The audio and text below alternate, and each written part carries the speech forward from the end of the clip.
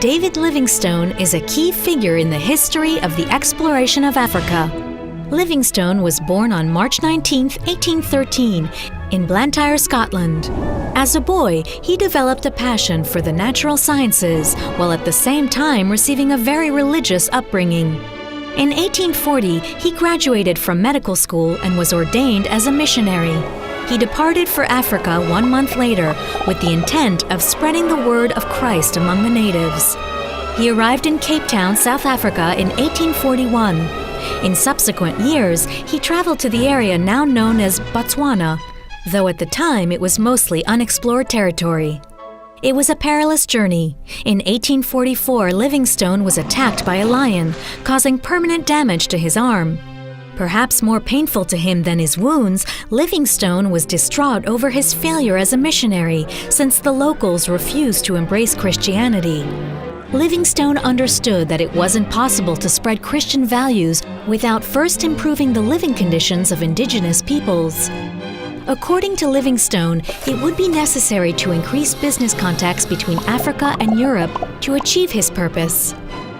From that time forward, Livingstone's goal was to find a navigable river linking the heart of Africa with the coast.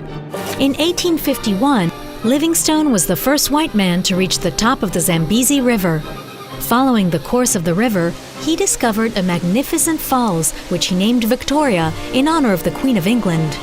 In 1856, Livingstone returned to London, where he managed to obtain the necessary funds for a second expedition to the Zambezi River. The outcome of this second expedition is disastrous.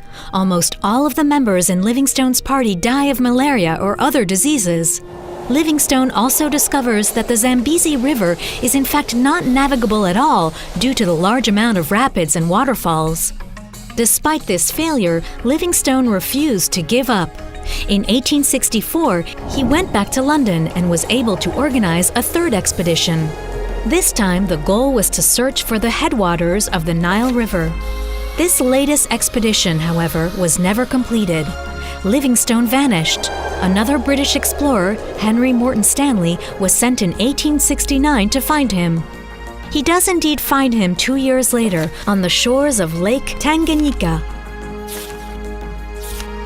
Livingstone was now ravaged by malaria, but elected not to return to his homeland until his mission was completed. He would never see his dream realized. Livingstone died in Chintambo, a village in Zambia, on May 1, 1873, at the age of 60.